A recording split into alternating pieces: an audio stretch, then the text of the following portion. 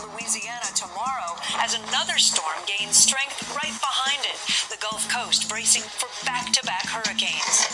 These storms are not to be taken lightly. The new storm tracks just out. Historic wildfires in California now burning more than 1 million acres. Firefighters pushed to the limits. The National Guard called in and reinforcements coming from Australia. Also breaking, the president announces emergency use of a new treatment for COVID amid questions of whether political pressure rushed the decision. How effective is it? The new outbreak blamed on youth sports. Is soccer a super spreading event? And the one question every parent should ask their school before sending their child back. Family Feud, the secret recordings of the president's sister criticizing him. The change of stories, a lack of preparation, the lying. Dangerous pursuit, the new investigation into a controversial and sometimes deadly police tactic to end car chases. And putting it on the line, what this teacher is doing to change kids' lives forever. This is NBC Nightly News with Kate Snow.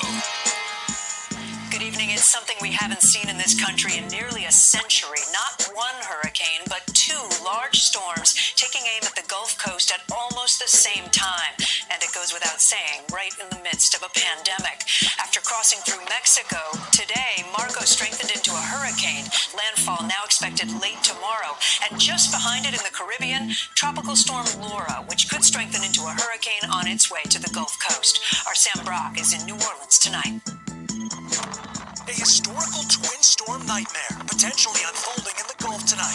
Hurricane Marco and Tropical Storm Laura right now dishing out deadly damage across the Caribbean and already claiming 3 lives in the Dominican Republic. Now on a collision course with large swaths of Louisiana and Texas. There's never been anything we've seen like this before. Hurricane Marco's up first, slated for Monday landfall, bringing up to 6 feet of storm surge to southeastern Louisiana.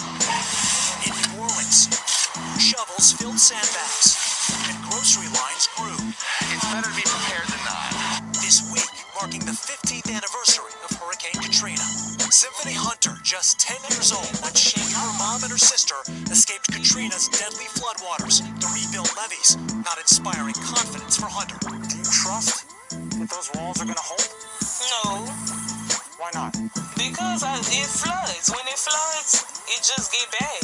The governor of Louisiana declaring a state of emergency while dealing with the COVID crisis. Because of safety concerns associated with the pandemic, congregate sheltering will be a last resort. And cautioning against relying on first responders already thin. If you're in duress and need help, we're going to get to you as soon as possible, but maybe longer than it ordinarily is.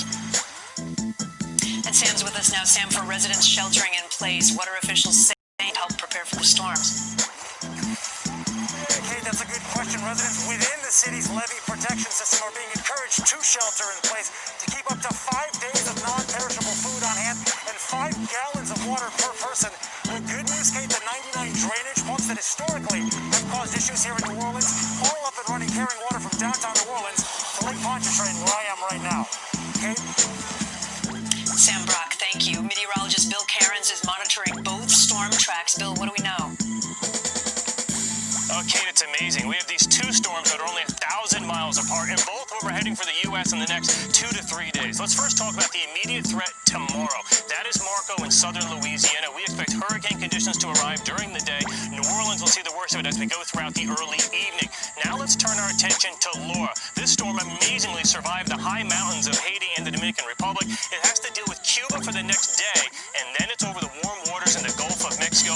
It has the potential to rapidly intensify. By the time we get to Wednesday evening, we could be dealing with a major hurricane anywhere from the Texas to the Louisiana coast. Now is the time to prepare. Houston, Beaumont, Port Arthur, and Lake Charles.